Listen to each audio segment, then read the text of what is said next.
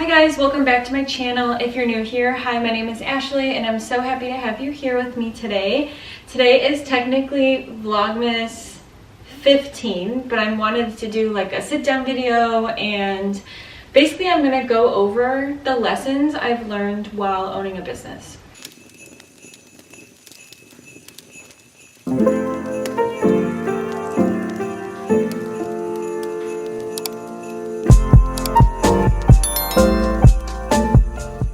So I have all of them written down on my notes like I always do.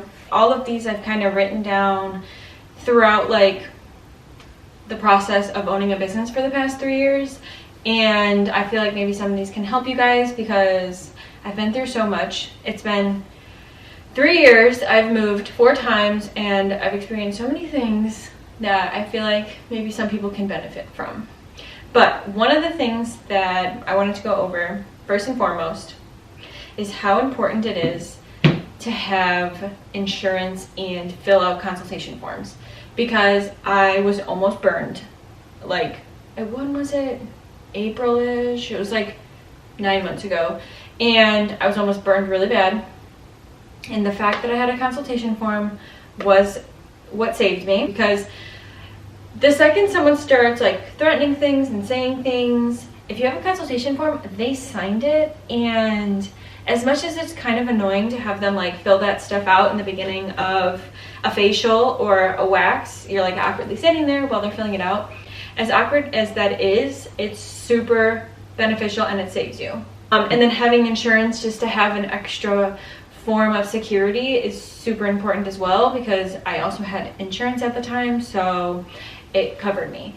Yeah, it's like $300 a year and it's kind of annoying, but it's there to protect you.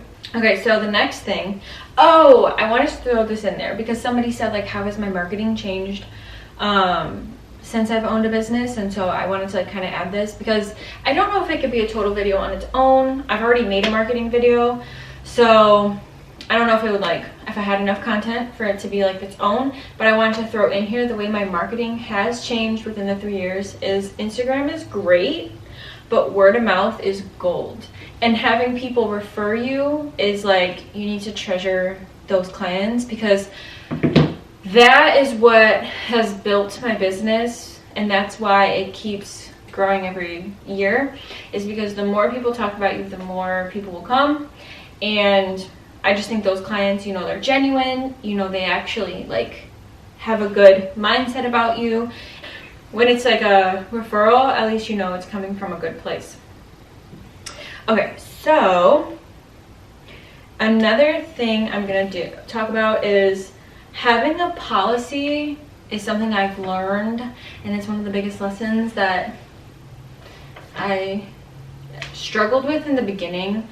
And then I'm trying to enforce it now, but if I were to go back 3 years from now, I would have had a policy from the beginning and enforced it from the beginning, because it is so important to have a no-show fee and a cancellation policy.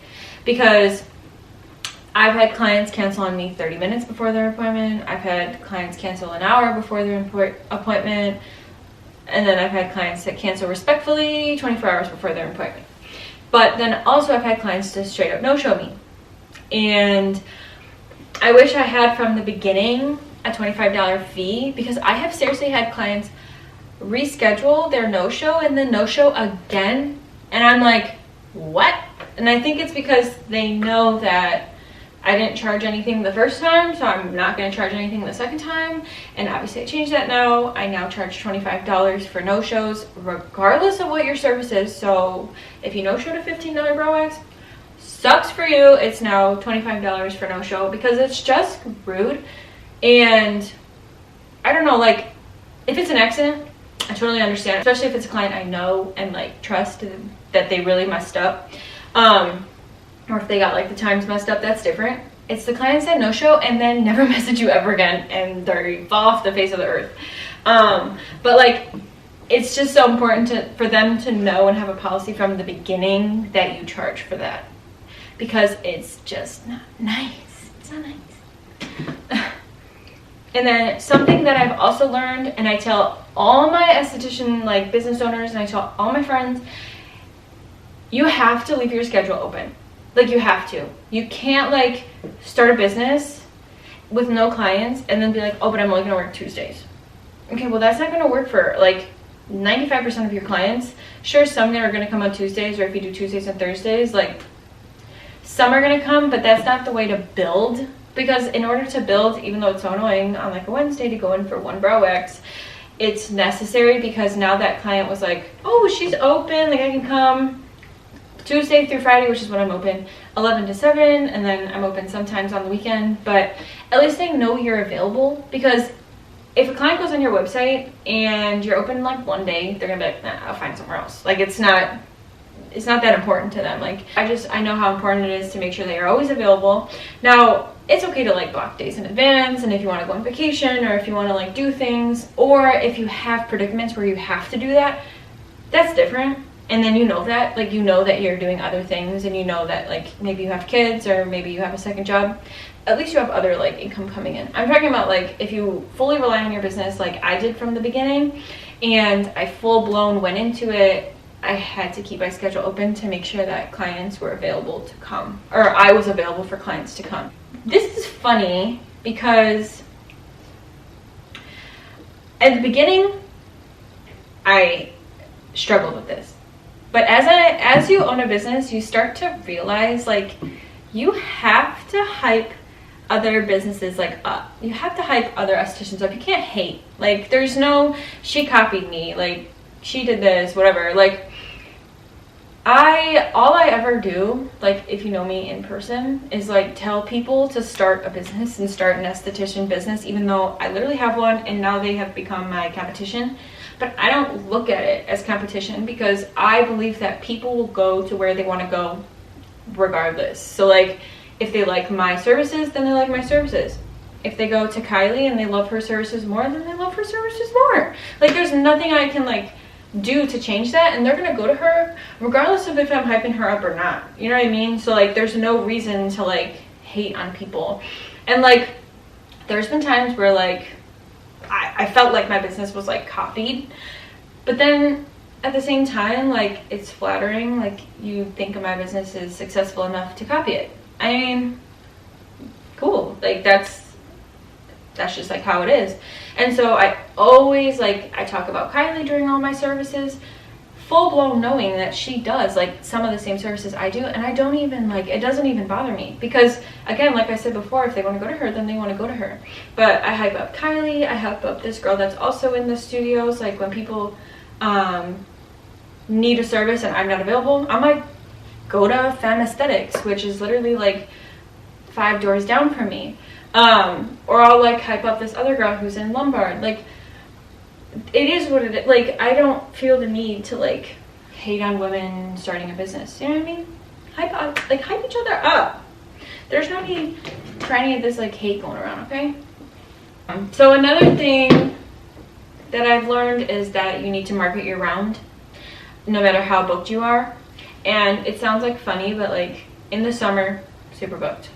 November, booked for the holidays. But then times where I'm not booked, January, March, February, March, those are just downtimes for estheticians. But the issue is, if you don't promote during December and November, which is when you're super busy, well then what are you going to do about January and March? I don't even know how to word it. Basically, never stop marketing, because even when you think you're good, the next month can be terrible and you didn't do any marketing the month before, and now you're screwed because it's January and nobody's here. So basically what I'm saying is always market year round, no matter what. Don't ever stop marketing. Even when you think, I'm good, I'm fully booked, like, it's always post and always promote yourself and always find ways to be more creative. You know what I mean? Does that make sense?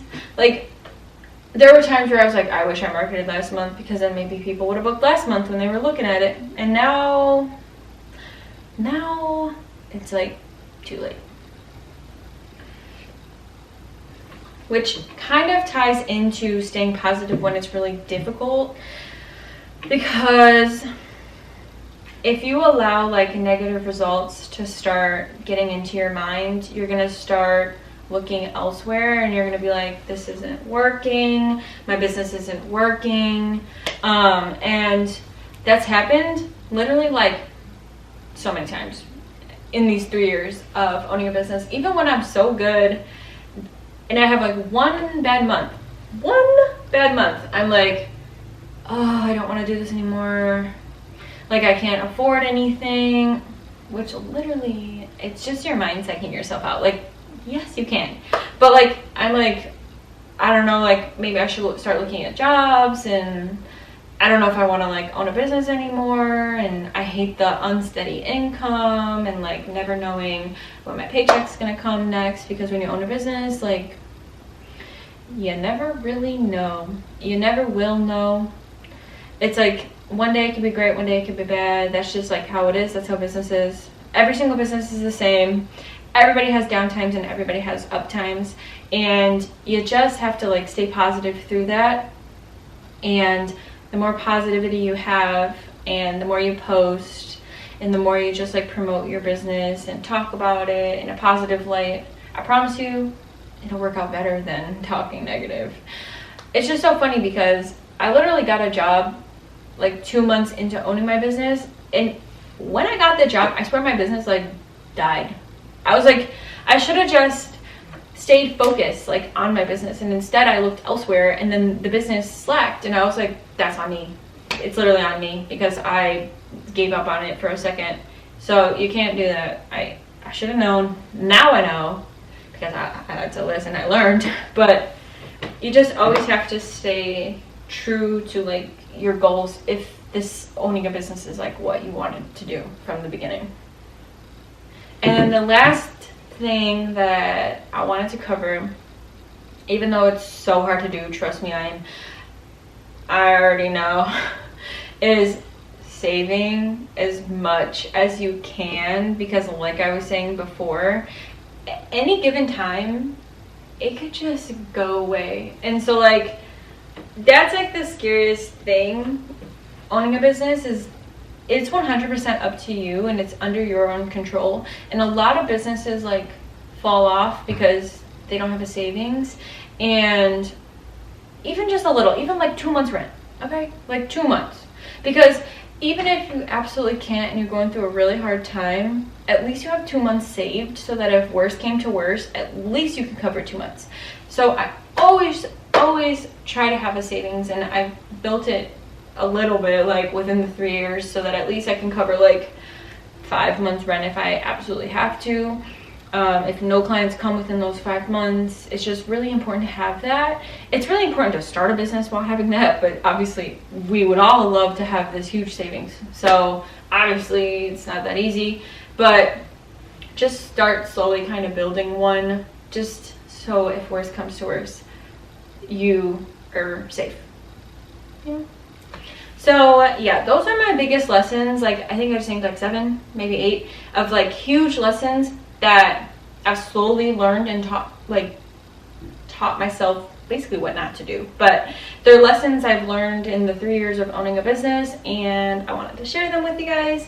So if you like this video, hit the like button. Don't forget to subscribe.